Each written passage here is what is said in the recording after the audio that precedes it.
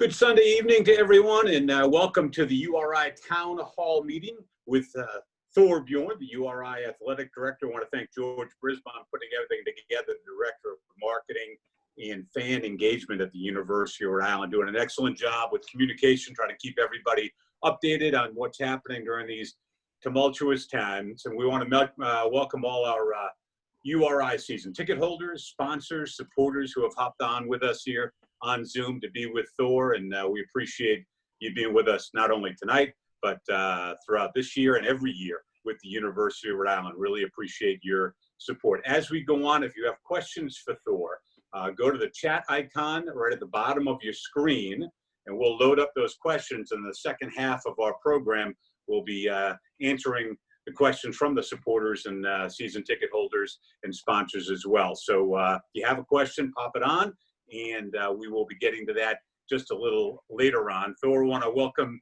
you to the show. Obviously, unprecedented times, not in the spring and now in the summer as well, not only with the coronavirus, but also with racial injustice and unrest affecting this country. You know, Steve, yeah, and I thank you, and I'm thrilled to be here with you, and certainly would be remiss if didn't acknowledge the challenging times. And, you know, I've been thinking for the last few days, especially for so many of our amazing student athletes and coaching colleagues and staff colleagues of color and African-American folks that we work with. And I just know they're having some challenging times. I haven't experienced what they're experiencing it, but I just want to say that and let them know that we're here, we love them, and I support them. And I just wish, I've wished them peace and happiness, and certainly at the University of Rhode Island, from President Dooley on down, we just want to be there, to be supportive, and certainly help create change that's so desperately needed in this country. And you know, with that, blessed to be here, and really want to express my sincere love and appreciation and support to all of them.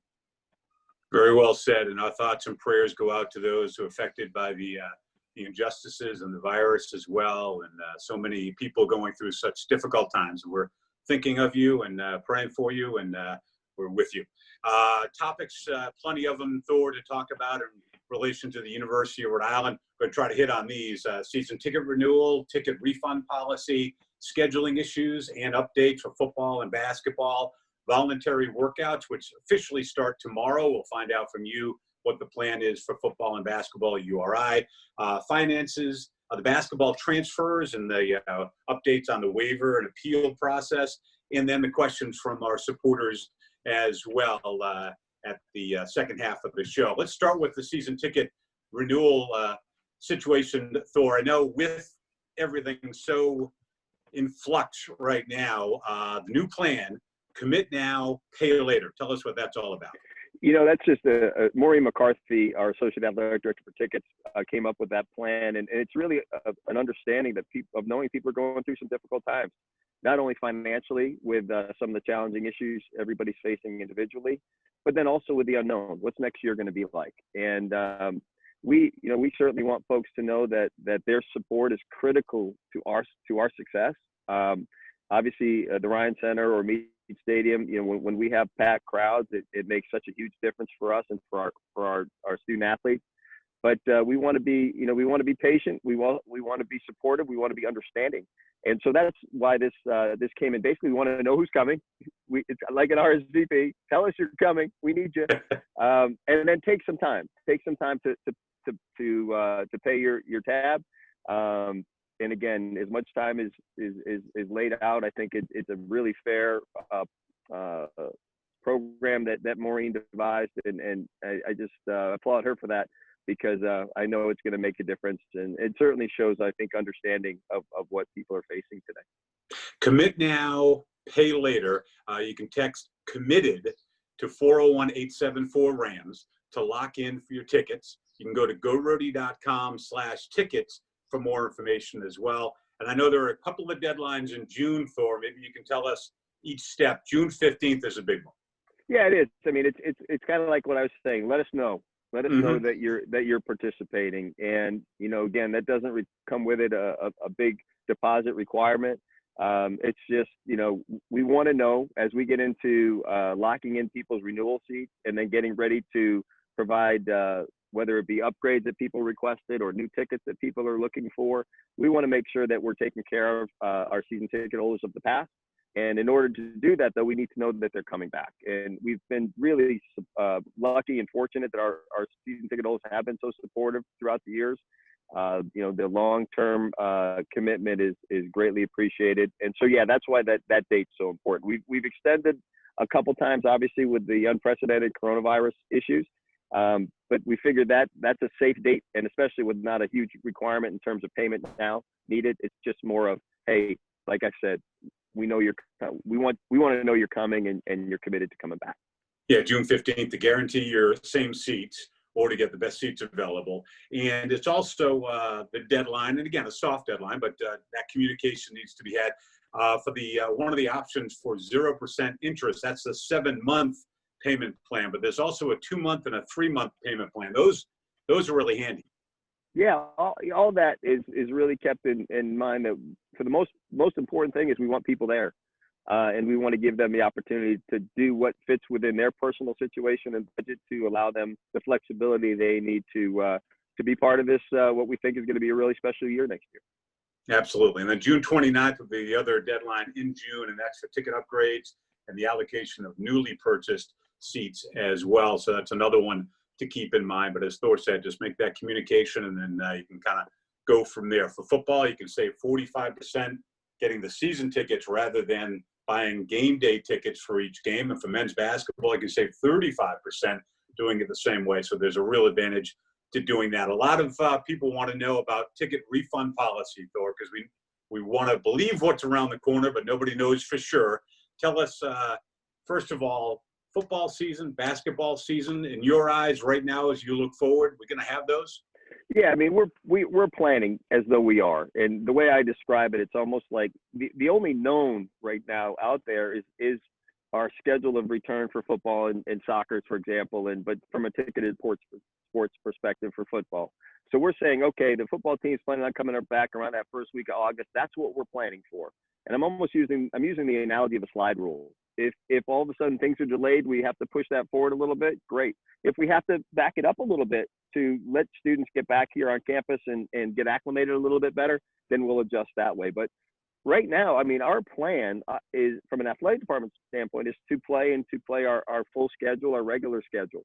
Obviously, though, I want to be very clear, that could change based on the virus and how things are handled within the state and nationally, et cetera. So, we have to be able to adjust. So going back to what you were talking about, when you asked the question about return policies, again, we understand that may create some concern for folks, but again, there's three options for them to if we, God forbid, we have to find ourselves in a refund situation. One, they can make they can turn their tickets into a gift to the Rhode Island Ram Athletic Association. As one option, they can carry it over for the following year as sort of it's paid, and they can just carry it over on an account. Or last thing is they can get their money back in full. So whatever fits within their particular situation. And so, yeah, and we want to make it as easy as we can. Maureen and her staff do a great job of communicating those options out there. And we certainly don't want that to be a limitation on someone deciding whether or not they want to purchase their season tickets now. Because if they look at it and say, oh, well, what happens if they don't play? Well, here are the three options if we don't play. So everybody knows. So the bottom line is you will not lose your money. Yeah, absolutely right. Absolutely right. Correct. There are degrees, certainly. It could be business as usual by the time we get to the fall and get things started, and later in the fall and winter when basketball gets going. It could be no fans at all there, but games being played, or it could be something in the middle where there is social distancing at games and a limitation on numbers. Meade holds about 6,500. Ryan Center about 7,600. Have you guys given thought, or do you have a number of people that would be able to get in if it was a social distancing situation? It's a great question, Steve. We've got so many folks on campus working on different scenarios. And the university has a task force that's working on bringing students back to campus and what that could look like, or what that will look like, excuse me.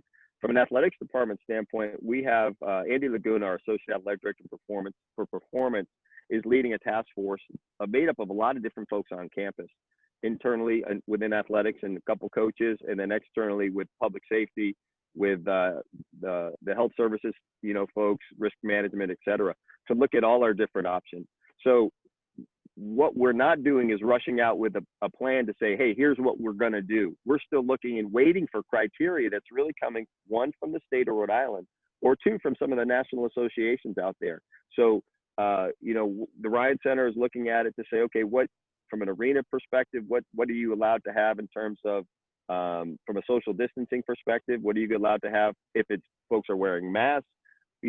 Are you allowed to have everybody in there? So we're going to make some plans, put some plans in place based on all those different factors. But it's hard, especially in athletics. Believe it or not, Steve, in athletics, we like to control things. We like to make sure our plans are in place and we're getting things, implemented and out there. But, you can't rush to make these determinations because we still have 3 months before that first football game, 3.5 months before the first home game. So there's a lot of things that could happen right now. So, from a football perspective, we're kind of looking at, it seems as though the football world is looking at July 15th, actually, as sort of what's going to happen. What are we thinking about in terms of playing games? That's just an arbitrary date. It's a date that's sort of thrown around, whether it's BCS or FBS or FCS. But at some point, we all have to figure out, what are we doing and when are we doing it? And, you just don't want to draw that line in the sand too quickly. And, that can drive fans crazy, but I'll tell you, it drives our coaches and student athletes even more crazy because, just think about it. There's not a football team in the country that participated in spring football this year. And, for the most part, and I know we're going to talk about it in a little bit, what June 1st means for some voluntary workouts and so forth. But, at Rhode Island, for example, we have a new offensive and defensive coordinator. Coach Fleming's never coached with those guys on the field before.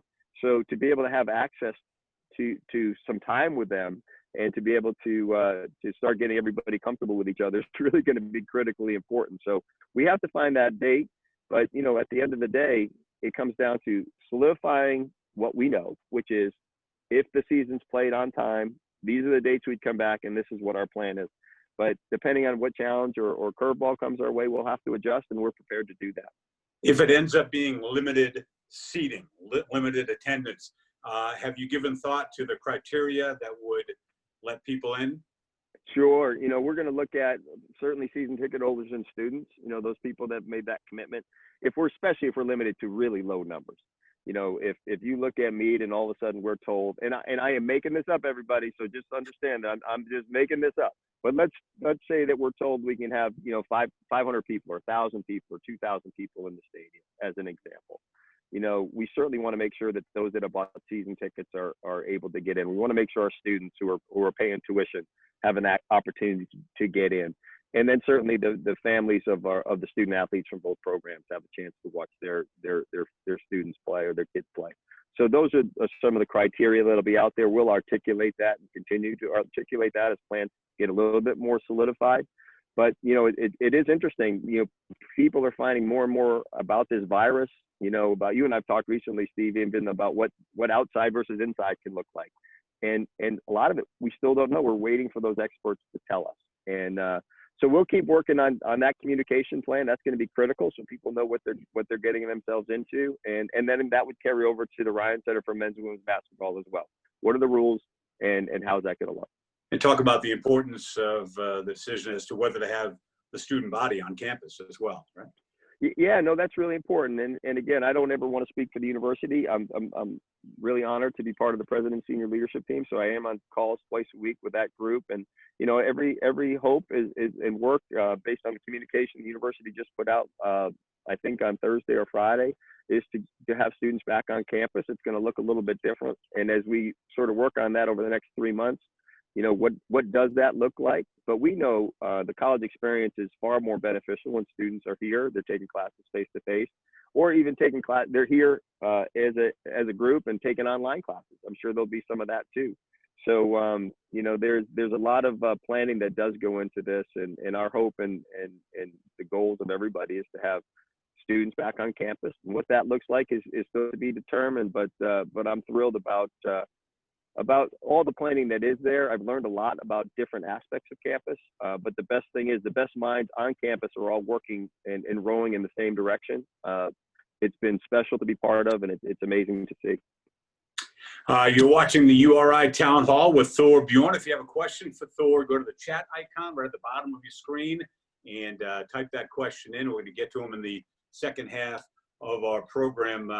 Thorr, so I think the bottom line as far as refund policy, once again, is you will not lose your money. So go ahead and commit and go through the process, and with full confidence that if the scenario ends up being less than what we were hoping to be, that you will be taken care of on the other end. Scheduling issues, football at Northern Illinois to start off. I know that's a big payday for the University of Rhode Island. Have you had conversations with Northern Illinois yet? Is there any inkling as to whether that game will take place? We have spoken to them, and we'll probably start having more like weekly phone calls, but we actually reached out to them. You know, when you think about getting out there, especially in Labor Day weekend, we're trying to figure out from a cost perspective what that could look like. They've agreed to play an afternoon game, so there's actually commercial flight opportunities for us to look to get out there over Labor Day weekend if all pans out right. If we decide to go down that pathway. So I guess my point is, yeah, they're planning on playing, and we're planning on going. For now, I mean, as of May 31st, that's our goal. But you're right. I mean, that's a big payday. That's a $400,000 guarantee that goes into our bottom line as we build our budgets up. It doesn't just go into the football budget; it goes into the athletic department revenue budget. No different than tickets, et cetera. So that's a big one, and we certainly are hoping to be able to play that game as long as it's being played, and everybody's going to be healthy and safe, and everybody feels that there's protocols that are set up for our students and coaches to and our radio personalities to be able to travel and be part of that experience in a very safe manner. 5 home games, first 2 at night on the 19th of September and the 3rd of October. UNH and Brown, the 2 opponents there. The likelihood that those will happen, the likelihood they'll happen at night as opposed to earlier in the day. Great question. We're still yes. So we're planning on them taking place. Always with that caveat that if we adjust, we may have to adjust. We'll let people know. But our plan is to play those games, to play our full schedule. Now we may not play those games at night. That is just a temporary potential. It's actually it's the New Hampshire game, the Albany game, and the Brown game are the 3 games set for 6 p.m. I have talked to New Hampshire and Albany as a league in the CAA. We've talked about trying to be very courteous of our visiting opponents coming in, so that if they can get home quicker, if they can go down and back in a day. Everybody's dealing with really unprecedented financial challenges because of the coronavirus going into next year. And so, whatever we can do to our colleagues and opponents that are coming in, we may have to adjust on the fly. So we'll communicate that out. But as of right now, our plan is to play those first 3 games at 6 o'clock. If we have to adjust, we will. And excellent. As we look at that scenario, the CAA as a conference, how much have you guys talked with each other, and what are the conference plans going forward outside of what the URI plans might be? Yeah, we're looking at every possible option. So whether it be the CAA or the A10, we're almost having weekly conversations. The A10, we're having weekly conversations. CAA, not quite as much yet, but those are already scheduled for all the way through July as a group, at least once a week. So we're going to look at every scenario. Everybody as of right now is committed to trying to play the season as set up under its current format. But then, again, what's interesting, and a lot of people don't think about this, but, the CAA football is made up of 12 schools, made up of, that whole Eastern Seaboard footprint. And so just the way Rhode Island handles something may be different than the way Stony Brook or Albany handles something based on what their states are dictating to them, or all the way down to Elon. So, we have to make sure that we're prepared to adjust, and everybody is absolutely committed to adjusting if needed. And what does that mean? Do we end up adjusting our opponents to play more of a local or regional bus type schedule for this year? Do we play, just conference games if all of a sudden things get pushed back? I'm fortunate enough to be on the FCS selection committee. So we've had our couple calls with that group too to start talking about, right now the championship isn't being moved. The championship is staying on its set date in January. So you back everything up from there, you know, the schedules have to sort of fall into play to allow you to have a playoff. So, you know, every group or association that we can be talking to, we are all in discussion. What's interesting, and actually it's kind of therapeutic for me, is everybody's in the same boat. You know, I have to keep telling myself, and I talk to our staff about this all the time, we're far from unique. The challenges that we're facing in terms of unanswered questions is what's taking place everywhere in the country. And so, you know, I think, again, it's really important that no one in the CAA wants to come back and say, right now, let's play a conference-only schedule. We may not need to. We may be able to all play those early September games. And that's really important, especially that's when most of our FBS or BCS level games are being played. And that's huge. You know, it's a big opportunity for our program. And some other schools are playing even bigger opportunities financially. So, you know, we want to give ourselves all a chance to play. But I'm going to reiterate this again. Critically important, so long as everybody can be safe as possible, and the experts tell us it's okay to play the way we plan on playing. Absolutely. As we make the transition to basketball, Thor, really the same question as it pertains to the Atlantic 10 as a group. If there is a fall spike, as some are predicting, what is Plan B? Yeah, with basketball, we've had a lot of conversations, and as you may have heard, Steve, we've for all of I call them our Olympic sports, you know, the soccers, the volleyballs, baseball, softball, etc. We've actually reduced conference play by 25%. We haven't reduced the ability to play a full schedule. We've reduced conference play. So that'll allow us to, rather than go get on an airplane to play Davidson or St. Louis in soccer, we can go play a regional. Maybe we play Brown home and home, or maybe we play Providence home and home, something like that. So we're talking about those things. And then as it relates to men's and women's basketball, our schedules are set. We're going to be announcing those probably in the next couple of weeks in terms of our conference opponents and what that's going to look like. But just like with everything else, we've talked as a group that we may want to adjust that too. We may want to rethink the way we're going to schedule to ensure that we're not having to get on airplanes if airplanes tend to not be safe, or if there's other better budgetary ways of doing things. Especially if none of us are allowed to have fans in our arenas, that's a financial impact that's significant. And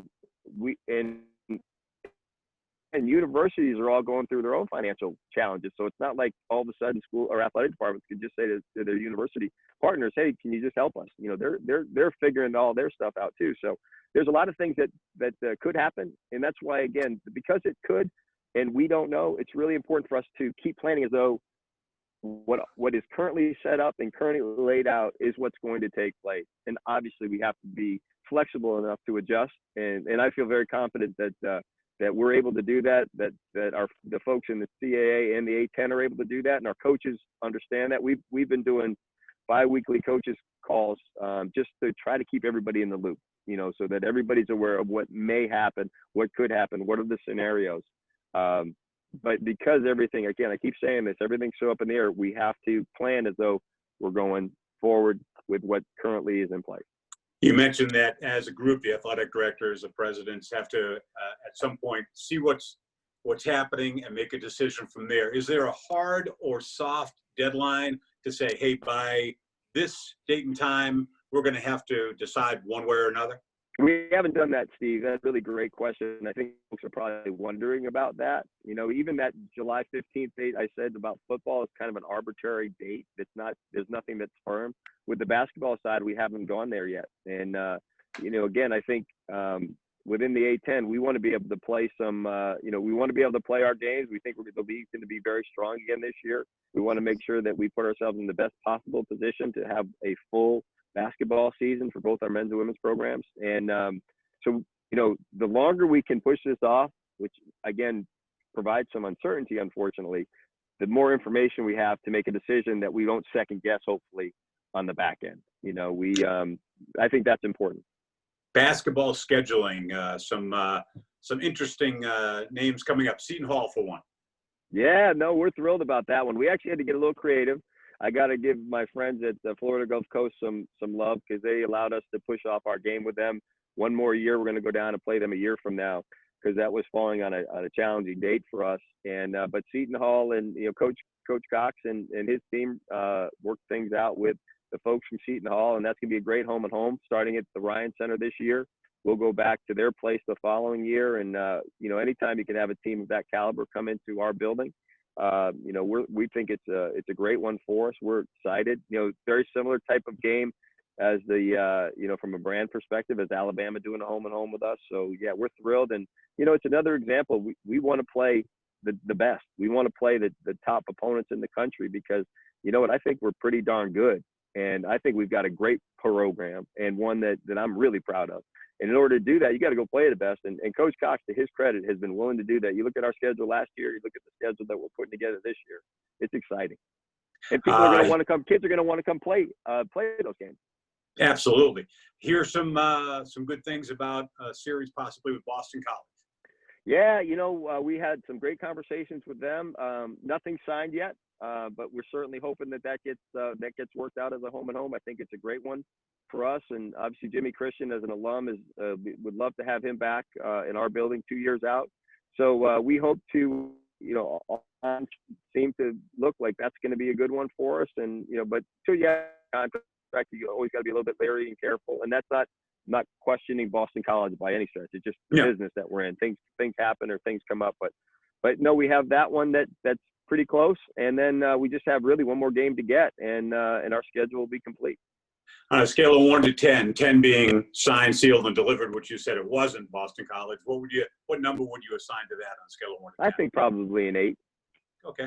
Because anything could happen, but I feel they're great people, and if they all of a sudden had to maybe go in a different direction, I'd understand it. But we're 100% committed. From our end, we're 100% committed. Providence College URI is at the Dunk this year. The general manager of the Dunk, Mr. Thorr, said that he intimated that possibly there may not be any events there until 2021. Yeah, certainly unsure about that, but that's where the line of thinking is. If that is the case, any conversations with Providence College as far as moving that game or any options? We have Bob Driscoll and I probably talk once a week, and just in general, he's just a great friend and someone that I love talking to and have incredible trust with, and so he and I talk quite a bit. That has not come up, has not even been discussed. Although I think he always knows they're more than welcome to come back to the Ryan Center and play at our place. So that I'll throw that out there. But just playing that game is so important, obviously, and being here for 13 years, I see how critically important that game is, and to our fan base, and I think to the state of Rhode Island, and so whatever they have to do to make that work, we'll figure it out. But we'll go where we need to go to play that game, and but like I said, Bob and I talk probably once a week just to check in, see how they're doing with things and handling things, and vice versa. If they wanted to flip flop, say, okay, we'll go Ryan Center and then switch it back, get an extra one at the Dunk in a future year, is that an option for you, or? Yeah, we would do anything. I mean, it's just playing the game is important, and it's because it's their home game. Whatever works for them. If Bob reached out and asked me to do anything, we'd certainly figure that out. Whether it's, I read someplace, this is just me reading things that may not be accurate, whether they're trying to play games on campus or whatnot. If that was their decision, then I'm sure that would probably be their first choice rather than coming down to our place. But whatever it looked like, we would talk, and the most important thing is to play the game and to keep that rivalry going. I mean, we don't ever want to miss out on 1 year of that. The summer, NCAA Division I Council, football, basketball, men's and women's, June 1st, tomorrow. Voluntary workouts are available, and the kids are available to be on campus. I know that's a start date, not one that everybody's going to adhere to. For football, you had mentioned July 15th. Is that the date right now to get kids in? Well, it's funny. July 15th is more of the what are we going to do? What are we playing? When's the season starting? What does that look like? In terms of getting players in, we actually have some basketball players that are going to start making their way back, I think, this week. The challenging part for us in football will be a little bit later. We actually received a great gift from one of our donors to fund some summer school and to get a lot of the guys here for summer session 2. To be able to be up and work out, which is really a great advantage for us. But with all our summer session classes being online right now, and then really in the dorms and we don't know what benefit it would be at this point to be able to bring it back. If we can bring it back early, we certainly want to do that. And again, we were very fortunate to receive a very generous gift from one of our donors to help with football in that capacity. So our plan is to bring some of the basketball guys back this week. Coach Cox is working with Brittany Miles, our associate AD and sport administrator for basketball, on that. And Brittany's been in contact with housing and dining, who have been amazing. The folks on campus have been incredible to work with. But the other piece of this, and I know I'm sorry you didn't ask me this, I think you're going to, so I hope I'm not jumping the gun, but if I am, we just have to adjust. But right now, like, our facilities still aren't open. So the weight room's not open, the Ryan Center gym's not open, Keeney's not open. So we, as part of Andy's team, they are working on what that will look like. And, but we felt, and Coach Cox felt it was more important to have some of those guys come back, be back on campus, be around each other. And we will get ourselves in a position where we can start getting back into the weight room in a safe way, and also allowing them to work out in a safe way on the basketball courts, et cetera. So that will happen. We've asked, with Coach Reese, Tammy Reese on the women's side, a lot of her kids are actually from overseas. So some challenging times with getting those kids back to campus, and we're actually having some conversations about that. So, but my point with that one is the women probably won't be coming back on starting next week, because most of her team is overseas right now. So there's just a lot of things up in the air, excuse me. So different areas of the adjustment period to get kids back on. Housing, for one, that housing is available to them if they come back on that voluntary basis. Yep, absolutely, and we're able to pay for their housing and dining, which we do for our men's and women's basketball programs. It's actually mandated by the A10 to be able to fund summer school for both your men's and women's basketball programs. So we'll be doing that. They're going to be staying in Brookside, which are the brand new dorms right next to Meade Stadium, which is great. That's actually where they'll be living moving forward too. So they'll be making their way back. There's, again, some uniqueness in terms of how they move in. And I was actually, Coach Cox invited me to participate on a call with all the team last week and a lot of their families. And we were just explaining some of the rules. So, for example, when you move, there's a lot of excitement moving into a new dorm, but it's really only the player that'll be allowed to move their stuff in. Their family won't be able to help them at this point from some of the social distancing standpoint. So just some uniqueness, but it was good to be able to talk to them about that. But I think the guys are excited. I mean, what better place to be in the summertime than Rhode Island? So, absolutely. You mentioned Andy Logano, who is assistant athletic director in charge of the athletic training department at URI. Medical and training staff and supplies is probably at the very, very top of the list as far as bringing kids back on. Are you in line with that? It is. It's really critically important. And again, the university has been incredible to work with and partner with in that area. So that the university's obviously got to do similar type of work when they bring students back in the fall. And so we're part of their bulk purchasing to make sure that we're having all the supplies necessary to bring our students back. Andy's coordinating that with his team.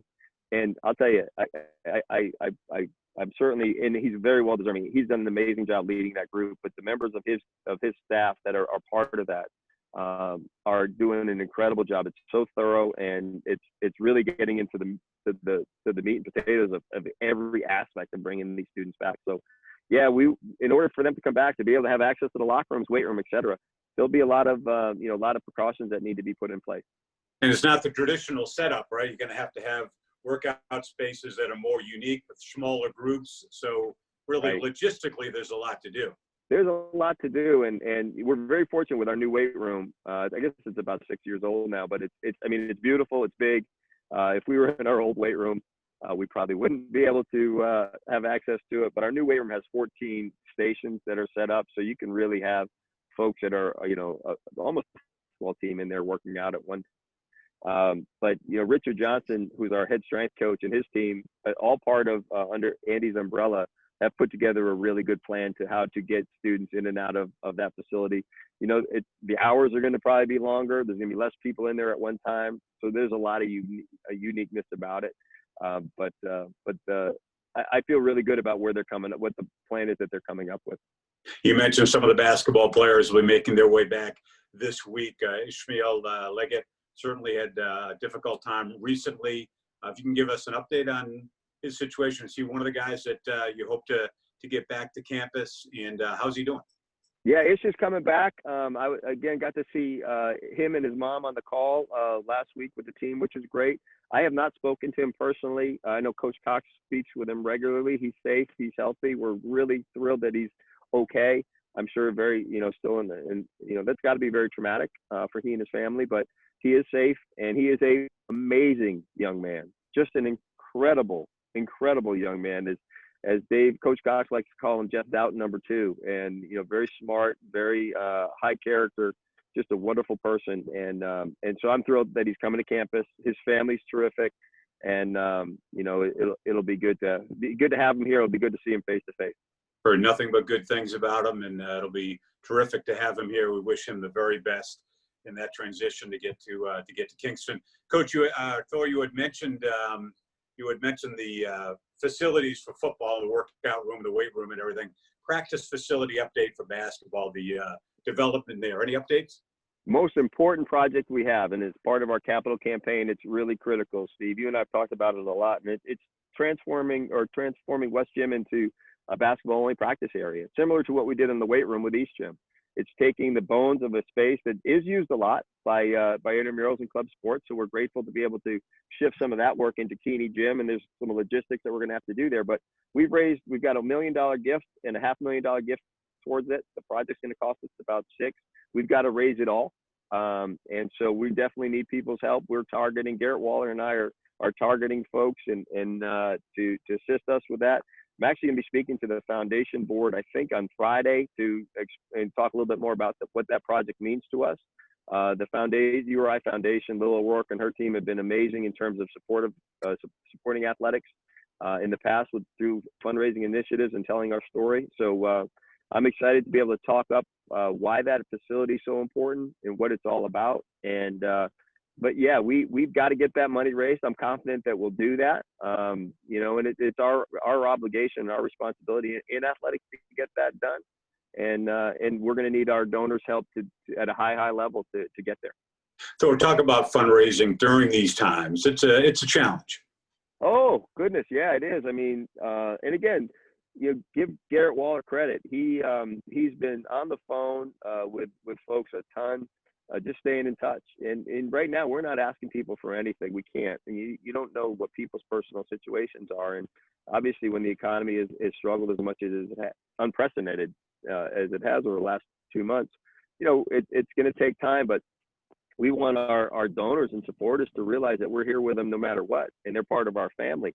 And that's not cliche. That's real. That's how we try to operate. And we need to be understanding of what people are going through and the challenging times that they may be facing. But we also want them to know what's our plan. What are we doing, and where do we need their help when they're ready to give it, so that they are fully aware and kept up to date. And Garrett's been doing that. Believe it or not, Steve, we actually have some time to get on the phone over these last 2 months because that's what we do now. And but again, I think talking about that project as without distractions, our most important critical need to advance our basketball program forward. I said a little bit earlier today that our basketball program is a great program, not a good program, a great program, and one that I will never, apologize for. We got some things we got to work towards, like this facility. We got to go out and raise some more money, generate more revenue for different ways that we're going to continue to grow that program. But our donors have stepped up in the past, and we've got to keep getting out there and doing it, because you know why? That's what other people do. That's what our competitors are doing. And again, our donors have been incredibly generous and supportive, and we just can't stop, because it's funny, when we built that weight room caught us up. When we build this practice facility, it's catching us up. Because if, again, you see it, Steve, when we travel around, UMass has a $30 million facility. VCU has a $30 million facility. Dayton's just building, I don't even know how many millions of dollars that they're putting into their facility. And St. Louis, and those are the programs we put ourselves up against. That's who I think we are. And so, yeah, we've got to keep pushing it, keep getting it done, and I'm confident we'll get there. I know we have some sponsors online with us here, Thorr, and I know you wanted to say a word to them in appreciation of their commitment, their continued commitment to URI. Oh, we can't thank them enough. I think back to when Daryl Jasper came on my first year here and took over a sponsorship program that was generating about $300,000 a year, give or take. and what Devin Berg with Rhody Sports Properties and Matt Swiss have done over the last 4 years. I think this year we're about 1.4 million in sponsorship dollars, and that's just we can't move the needle without that level of support, and we're incredibly grateful to our partners. Can't thank them enough. This is a time when some of our partners are struggling, and we need to be supportive of them. So whatever we can do to go out and support their businesses and talk about what they do for us, that's what the entire athletic department needs to do, because we have to be, partnerships mean something. When people are going through tough times, you got to be and give a hand to them just like they've been giving a hand to us. We can't thank them enough for their support, and certainly want to give it back to them, and would ask all of our season ticket holders, alums, donors to do the same. It goes a long way. Absolutely. We appreciate what they do. One more big topic, a very important topic to get to. If you have a question for Thorr, chat icon right at the bottom of your screen. Punch it in. We're going to get to the questions in just a little bit. We're getting short on time, but Thorr has agreed to stay on a little bit so we can answer as many questions as we can. Last topic, basketball transfers. As of right now, they're sitting out for the next year because of the NCAA Division I Council ruling of just a little while ago. The Mitchell twins, Malik Martin, Alan Bertrand are all the transfers. The Mitchell twins and Malik Martin, I know you're focusing on trying to get a waiver, trying to get things appealed. Can you give us an update on how that's going? Yeah, it's going as well as it can. I mean, that's certainly not an area that we control, but what we do control is the ability to put together the best darn appeal that we can put together. And we think all three are very valid, and we think they're all justified. And so we actually went out and hired a firm, Bond, Shenick and King, who's really, in my opinion, the top firm that deals with NCAA issues, whether it's violations or appeals. And we're working with one of their attorneys now. Between Coach Cox and Brittany Miles and Paul Kasabian, our compliance staff are really spending a lot of time with that. That's really important to us. And I believe, like I said, that they're all very deserving. It's interesting, Steve. The Mitchell twins haven't played since December. And they finished up school. They did well academically at Maryland. Malik is another young man who's looking to get closer to home, family, and so forth, and obviously having a close relationship with URI because of Hassan. The times are unprecedented, and we believe that, for all the arguments that we're putting out there, it makes sense. And one of the biggest frustrations that I have, to be honest with you, is, we know that rule is going to get if in the rule, I mean the one-time transfer exception for football and basketball, where these players are going to be able to transfer once, just like all other sports, sit and not have to sit a year. We know that was going to pass. We know it's going to pass in January. And, a lot of these guys made the decisions prior to that vote not passing, or basically, kicking the can down the road for another 6 months. So it's frustrating. I'm sure for them, it's frustrating for us, because I look at it and say, hey, these kids made the decision to transfer before the rule didn't change, with the idea that it was going to change. Hey, that shame on us maybe, but we know it's going to change. And really, who's it going to negatively impact? All the student athletes. 800, 900, 1,000 men's basketball players are in the transfer portal now, most of which that were in prior to the council vote that just took place a couple of weeks ago to kick the can down the road. It's really frustrating, but again, that's why we also felt like the investment made in trying to do everything we can to help these kids from an eligibility standpoint is important. We're going to put our best foot forward. I have certainly have the confidence in the NCAA to do the right thing, but we've hired the best, and that was really important to us, and I feel like we're doing everything we can.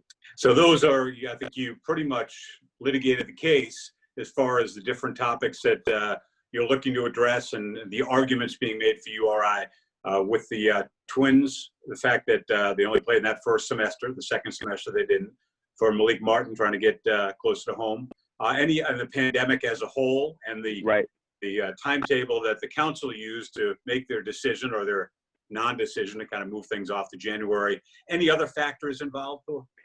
Probably ones I can't really talk about, Steve, to be honest with you, in fairness to the process. But yeah, I think we have a very compelling story to tell. The three young men have a very compelling story to tell. The timetable is important. We've seen it go very late, down to the wire in the past, last year, as a matter of fact. But Coach Cox has a couple of scholarships in hand, but I suppose, the decision to use them versus having these guys eligible, so much information has to come together at a point. What do you think the options are, and what do you think the timetable is? It's a great question, Steve. I think a lot of what we need to put together hopefully will be done in the next week or two, and then we submit it. And the NCAA has a process timeline that they have to get back to us, and I'm not sure exactly what that is, if it's a week or 2 weeks or something. So we should know relatively quickly. Oh, good. And where we stand, and each one of those are their own individual situations. So that's another thing that's important. It's not an all or nothing. They'll evaluate their 3 individual young men. They'll evaluate each one of their statements and their claims and thoughts, and then we'll go from there. So it's been a really good process. I'm grateful that we did go out and get the experts to give us a hand with it. It's really important, and we want people to know that. So this should be resolved fairly quickly within a relatively short period of time. Yeah, I'm hoping in the next 4 or 5 weeks we'll have a sense. I'll certainly let you know, Steve, if that's not the case, if I'm wrong with my dates, but I think that's probably what we're shooting for, so that everybody knows. Thorr, the NCAA just put off till next year this decision. Likely it will be in for the one-time transfer next year. Wouldn't they be hesitant? And I certainly hope that we're successful with this, but wouldn't they be hesitant to start granting waivers to undo what effectively they just did? Because the rule technically didn't change, the appeal process is in play just like it would have been a year ago. And there was a number of appeals that were granted, a number that weren't. Obviously, we had 2 student athletes that went through the appeal process and they weren't granted last year.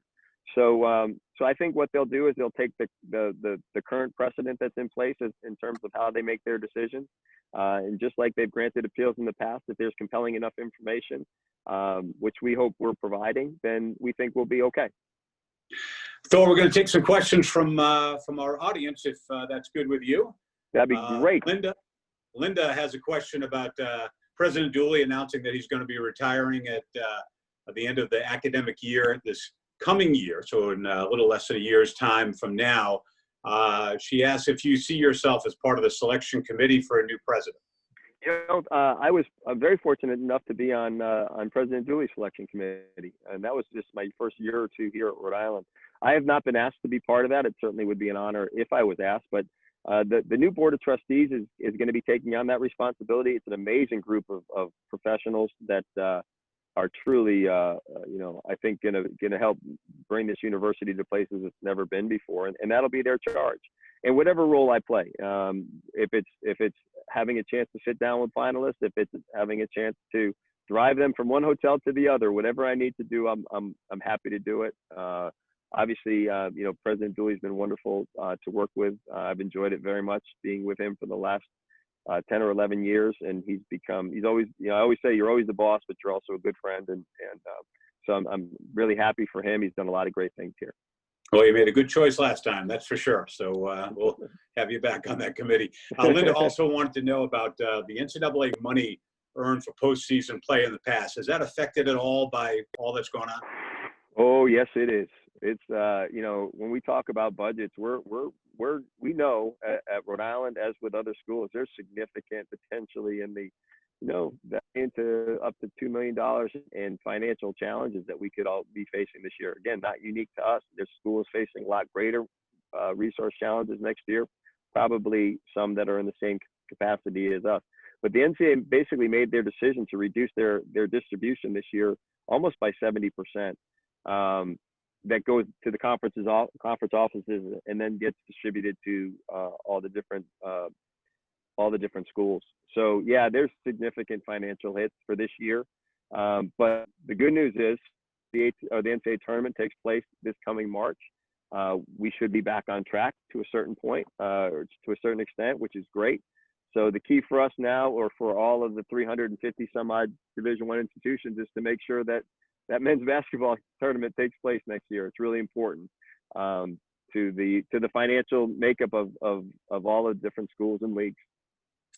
Absolutely. Justin had a question for you, Coach, about the basketball out-of-conference schedule, and you mentioned some of it. We talked about the Seton Hall matchup, the possibility of a Boston College matchup. Just wanted to know when the conference schedule is expected to be announced. Yeah, the The out of conference. conference schedule. Yeah, the out of conference schedule should, once we get that finalized, once we get that last game done, we'll sort of finalize the whole thing and get that released. And I certainly hope that that's, something that we get done in the next couple of weeks. The conference schedule will come out from the conference office, and that'll just be our home and away opponents. That'll come out, and then once the actual dates are set, that's really determined by television. And we usually get that last week of August, first week of September, as to the actual dates and when the games are going to take place.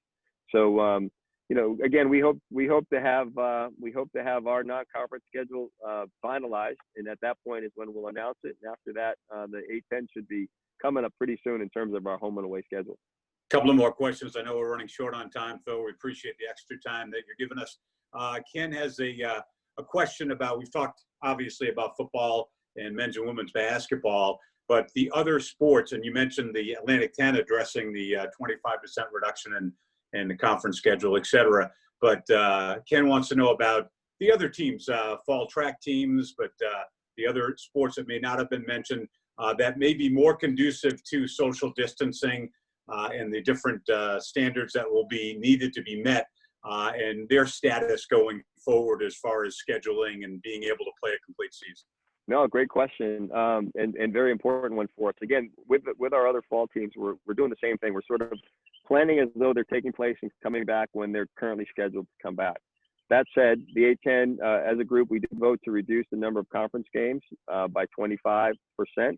And reduce that. And then what we're talking about with our coaches is trying to schedule more local contests where they can just get on a bus and get out and get back.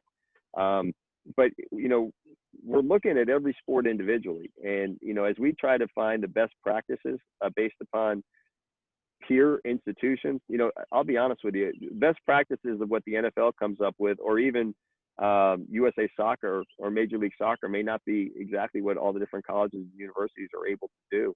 But, we're going to look at some of the, whether it be the NCAA or certainly on campus or Department of Health information that says, hey, here's what you need to do in order to make sure your kids can come back and compete in the safest way possible. Those are the parameters that we'll look into. Obviously, tennis is a sport and golf that's very different from football and soccer. So, there's just a lot of different factors that go into play with each sport individually. And that's what Andy's team is working on and putting together, and really looking at all the different criteria associated with each type of sport and how we can best possibly play. Got a few more questions. They all concentrate on basketball. One we touched on, that is the remaining scholarships. There's a couple open with the men's basketball program. This question probably more germane for Coach Cox, but Andrew wants to know if there's a plan in place for those scholarships for this year. Do you hold on to them? How much of that depends on what you get from the transfer waiver situation? Yeah, that's really Coach Cox's decision and thought. A lot of it, you're right, Steve. A lot of it probably is going to come into play with, how do these appeals go and what does that plan look like? I know he's got a plan. I'd rather not speak for him. I think those are things that he can always discuss and talk about. Sometimes if, there's been years that we've gone with 12 scholarships rather than 13. For any number of reasons. That's really a coach's call on how they determine whether or not they want to distribute that one. I keep telling him I have more eligibility left, but he never wants to. Oh, we don't want to go down that road. A couple more. You mentioned that there was one more non-conference game to be slotted. Viscu has a question. What type of game or team are you trying to fill that slot with? I think it's going to be based on a net team. If we can find someone in the top 100 for a home and home, that would be great. The good news is we have a lot of flexibility. We could play that game starting in the Ryan Center. We could play that game on the road. We could also do a neutral site game. So we're looking at maybe some of the opponents that we probably couldn't get into the Ryan Center, but maybe we can play them at Mohegan Sun. Maybe we can play them in Barclays or the Garden or wherever. So we have a lot of flexibility with that game, but that game's going to be one that I think we're hoping becomes a really good net game for us. When you ultimately see our schedule and who we're looking to play, and then the way the league is going to be set up, I think we're going to have a pretty good number of 1 and 2 games that we can get or have opportunities to compete in and hopefully win. So that's our hope. a lot of top conversations out there, a lot of discussions, nothing close to being finalized right now. But to be honest with you, that could happen in 3 days. Sounds good. We'll be waiting to hear more on that in the near future. We have time for one more, and we'll get to most of them. Apologize if we couldn't get to yours. We're running really short on time. Andrew had another question, Coach, about the basketball schedule. The A10 Mountain West Challenge, will it still happen this year? I know the Mountain West has, in the future, expanded their conference games, which may put this in peril. What's the overall outlook for that tournament, that challenge for this year and going forward? Yeah, as long as we're playing games, we're scheduled. Boise State's coming to our place this year, and as part of the Mountain West Challenge, and we'll go on the road next year to some place in the Mountain West. It won't necessarily be Boise; it could be any one of the teams. So the two leagues will get together and redetermine the schedule going into next year, and they'll try to match up teams that have the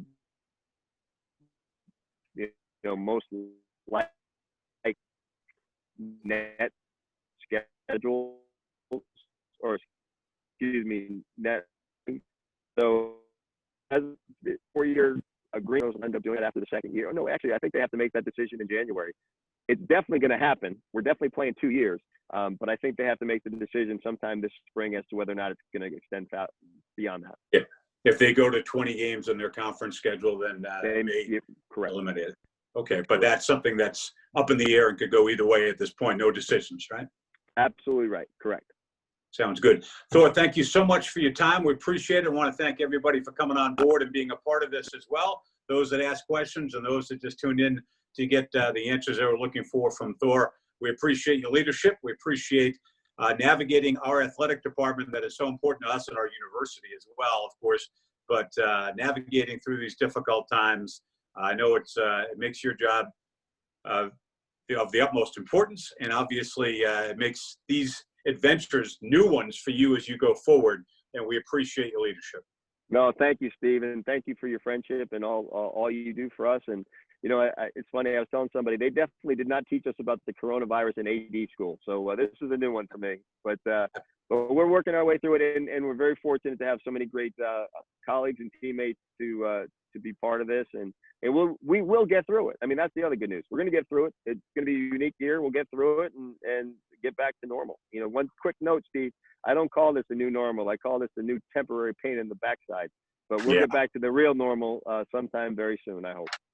That is basically it. Remember, commit now, pay later. Season ticket renewal, June 15th is a big deadline, so make sure you communicate with the University of Rhode Island Athletic Department before then. Go Rhody.com/tickets for more information. If you text committed to 401-874-RAMS to lock in your seats that you've had previously.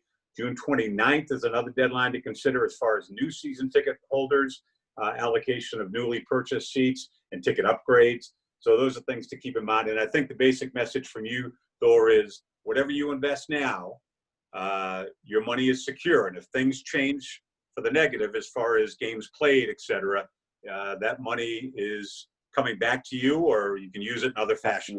However you want to do it. Exactly right. That's the most important, really important message, Steve. Thank you for reiterating that. That's really important for folks. We just need to know you're coming.